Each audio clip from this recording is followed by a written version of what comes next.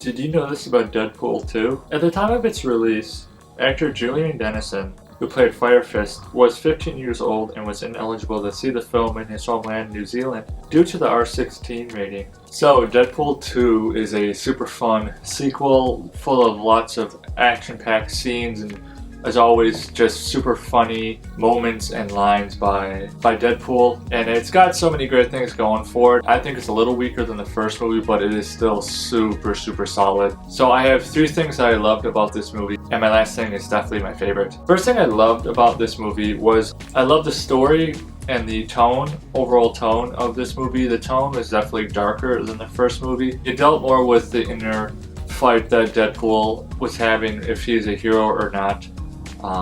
Dealing with the death of Vanessa. Now he's got Fire Fist in his life, and he's on this path now where he has a chance to be a lot more than a mercenary. He has a chance to have a good heart. They mixed humor into it as well, but overall the tone of this movie is darker, sadder, a little more serious, but I actually really enjoy that. It's because honestly, like, as much as I love Ryan Reynolds and his humor and all the witty remarks and stuff he has to say, it does get exhausting.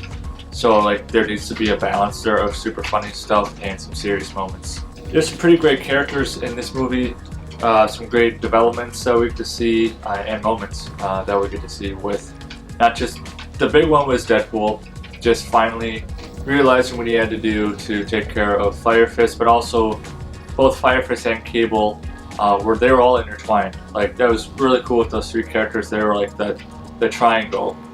Their actions that any one of them would take would affect the other in a lot of different ways. And Cable was he wasn't really a villain. In the comics he's an anti-hero, so he's really more of an anti-hero in this movie than a villain. But of course, I'm a huge Josh Brolin fan. He did a phenomenal job playing Cable.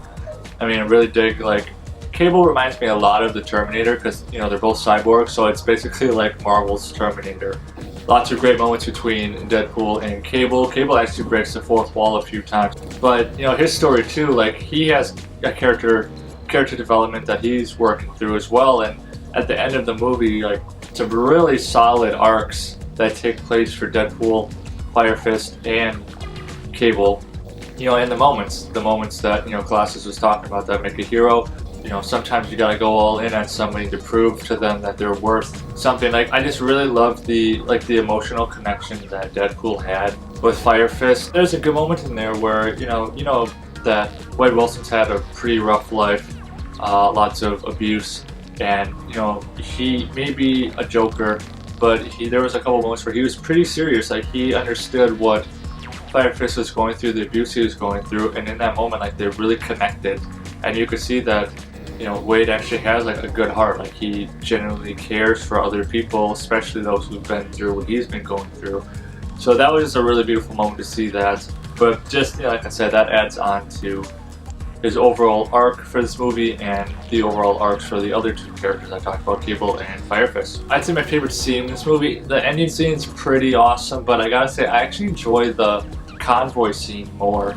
I think it's just really, it's very chaotic. We got the X-Force, and that whole scene was hilarious. Just the whole spoof on the X-Men.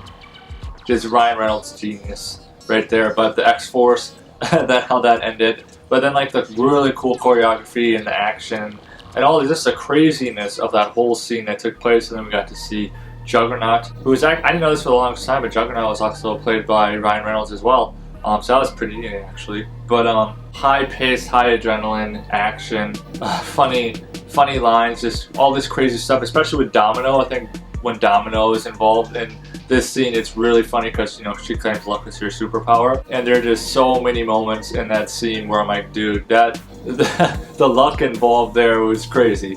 But very, very well done, very well choreographed.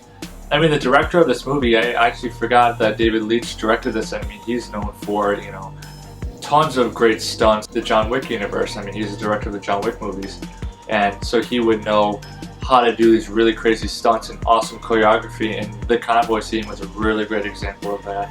So I highly recommend see Deadpool 2 this week before Deadpool and Wolverine come out, just to get refreshed and just to see where Deadpool is at right now. So for Deadpool 2, I'm going to give it a 7.5 out of 10 Mudflaps. Remember to leave me a thumbs up and drop the comments below. What did you like the most about Deadpool 2? See you next time.